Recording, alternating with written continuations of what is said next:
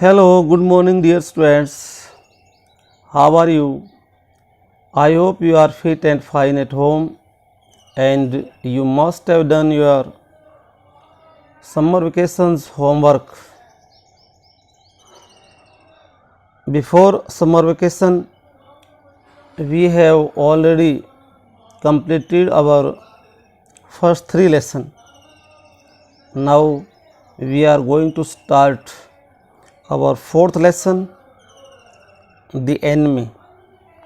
प्रिय विद्यार्थियों, मुझे आशा है कि आपने समर वेकेशन में जो होमवर्क आपको दिया था वो सही ढंग से किया होगा। काफ़ी बच्चों ने मेरे पास उसकी पिक भी भेजी है। जिन बच्चों ने अभी नहीं भेजी वो 1 या 2 दिन के अंदर अपना समर वेकेशन का होमवर्क है वो चेक करवा लें। हमने समर वेकेशन से पहले 3 लेसन है वो कंप्लीट कर लिए थे। आज हम हमारा 4th लेसन द एनिमी शुरू करने जा रहे हैं। But before starting this lesson I want to tell you a short summary of this lesson. परंतु इस लेसन को शुरू करने से पहले मैं आपको इसकी छोटी सी समरी बताना चाहता हूँ। Lesson the enemy tells us the story of a Japanese doctor. जो ये लेसन हमारा द एनिमी, ये हमें एक जापानी डॉक्टर की कहानी को बताता है। The name of the doctor is Sadaoki. उस डॉक्टर का नाम सदाओकी है। He got is medical education in America. उसने अपनी एजुकेशन की स्टडी है, पढ़ाई है, वो अमेरिका में पूरी की थी। But now America and Japan were openly at war.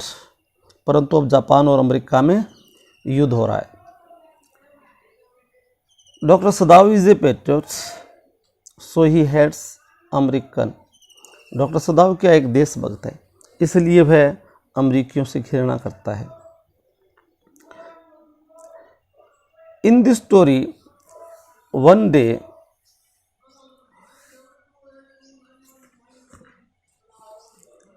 An American prisoner of war is washed ashore and comes in front of Dr. Sadao's house. इस कहानी में क्या होता है कि एक अमेरिकन प्रिजनर ऑफ वार यानी अमेरिका का युद्ध बंदी समुंदर में बहकर सदाओकी के घर के सामने किनारे पर आ जाता है। He is wounded and near to death. वह घायल है और मृत्यु के नज़दीक है। घायल क्यों है? When he tried to escape, he hit a bullet. जब वह बचने का प्रयास कर रहा था तो उसे एक गोली लगी थी, यानी वो युद्धबंदी था, शायद उसने भागने का प्रयास किया होगा। इस प्रयास में उसके गोली लगी थी, गोली की वजह से वो घायल हो गया था और अब उसके हालात बिल्कुल मृत्यु के नज़दीक हैं।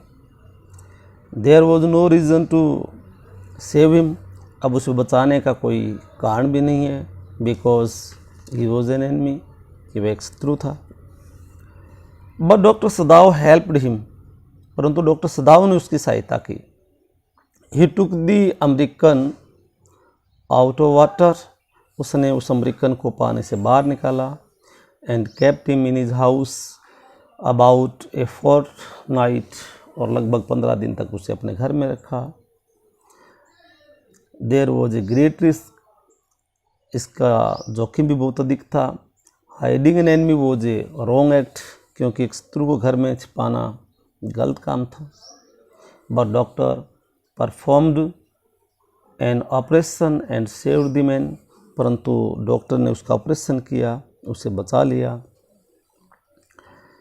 And in the end of the story doctor Sadao helped the young American to escape in his own boat.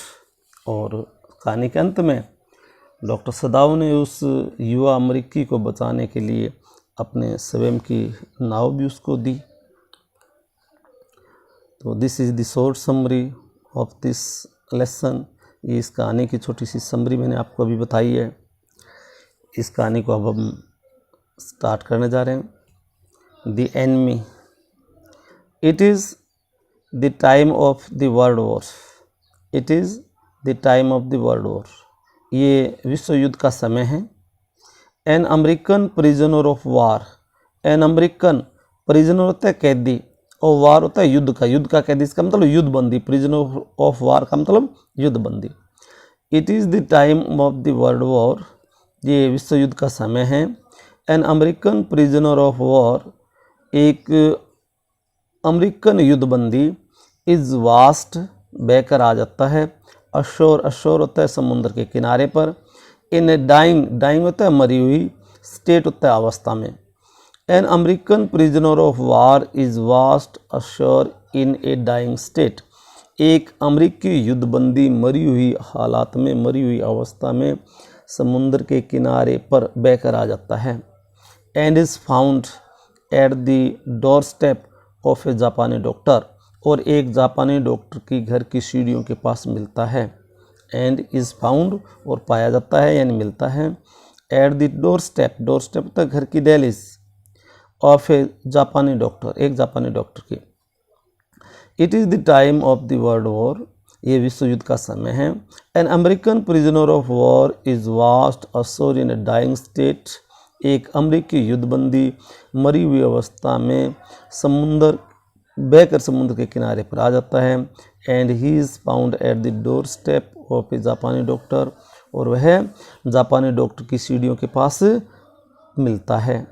Should he save him as a doctor, क्या एक डॉक्टर होने के नाते उसे उसको बचा लेना चाहिए, और hand him over to the army as a patriot, या पेट्रियट देशभगत, या देशभगत होने के नाते उसे सेना को सौंप देना चाहिए। कहते हैं should he save him as a doctor, क्या उसे यानी उस शत्रु को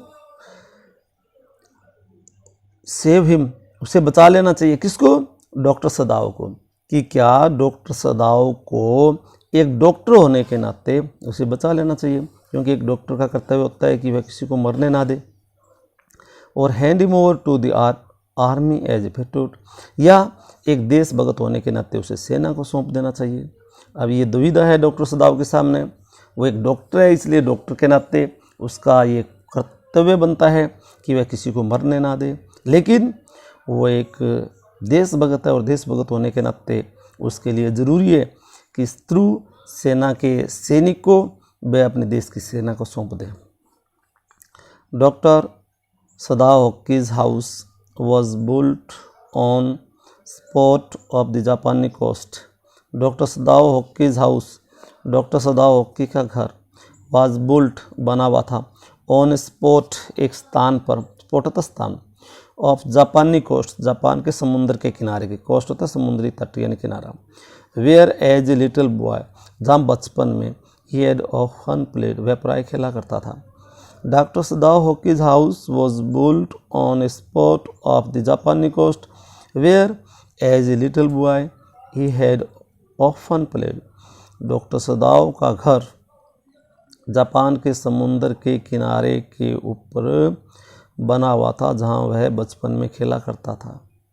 the low square stone house, low होता नीचा, स्क्वेयर होता चौकोर, स्टोन होता पत्थर का, हाउस घर, वो set up on, set up on होता स्थापित था यानी बना हुआ था, रॉक्स होता है चट्टानों पर, वेल अबो, अबो होता है ऊंचाई पर, ए नैरो, नैरो होता है स्कीर्ण, बीच होता है समुद्री किनारा। The low square stone house, जो है नीचा चौकोर पत्थर का घर था, set upon rocks, well above a narrow beach, जो कि संकीर्ण समुद्र के किनारे के ऊपर यानी किनारे से काफ़ी ऊपर चट्टानों के ऊपर बना हुआ था। That was outlined with bent pines, जिसके बाहरी किनारे पर पाइन के पेड़ों की झुकी हुई पंक्तियाँ थी। आउटलाइन होता है बाहरी किनारा यानी सीमा रेखा, बेंट होता है झुके हुए, पाइन होता है चीड़ के पेड़ यानी जिसकी सीमा रेखा पर झुके हुए चीड़ के पेड़ों की पंक्तियाँ थी।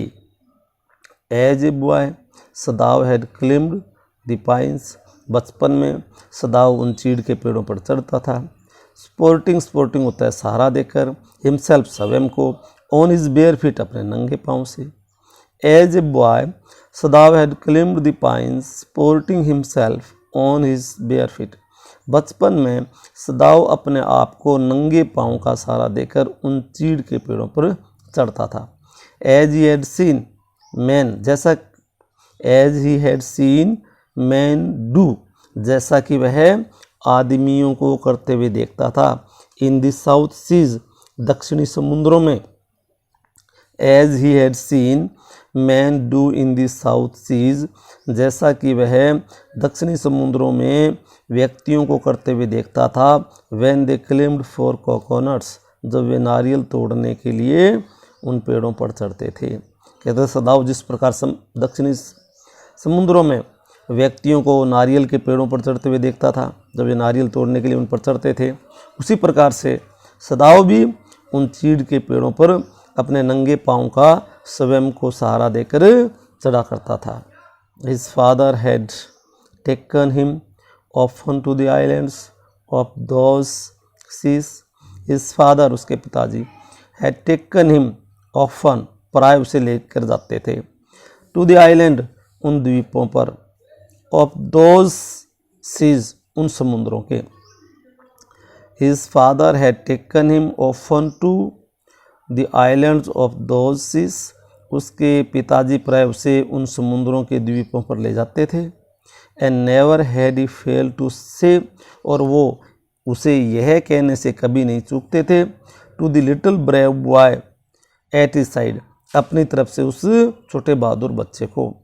The and never had he fail to say to the little brave boy at his side, और उस छोटे बहादुर बच्चे को ये कहने से कभी भी नहीं चूकते थे। क्या कहते थे वो सदाव को? दोज आइलैंड्स योंडर, दोज वो आइलैंड्स होता द्वीप, योंडर, योंडर होता दूरी पर स्थित यानी स्थिज में, दोज आइलैंड्स योंडर कहते दूर स्थित वो द्वीप, are the stepping stones to the future for Japan, Japan के भविष्य की तरक्की के सोपान हैं।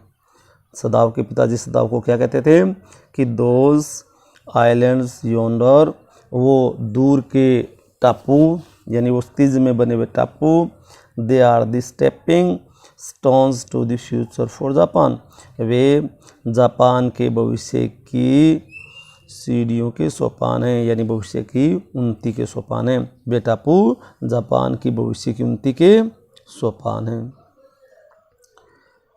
Thank you, have a nice day dear students. आपको आज से ट्रांसलेशन फिर से शुरू करनी है, वर्ड मीनिंग भी अपनी नोटबुक में लिखने हैं, ट्रांसलेशन भी करनी है, और समर वेकेशन का जो होमवर्क मैंने दिया था वो जिन बच्चों ने अभी तक चेक नहीं करवाया उनसे रिक्वेस्ट है कि 1 या 2 दिन में वो अपने समर वेकेशन की जो नोटबुक है उसको चेक करवा लें।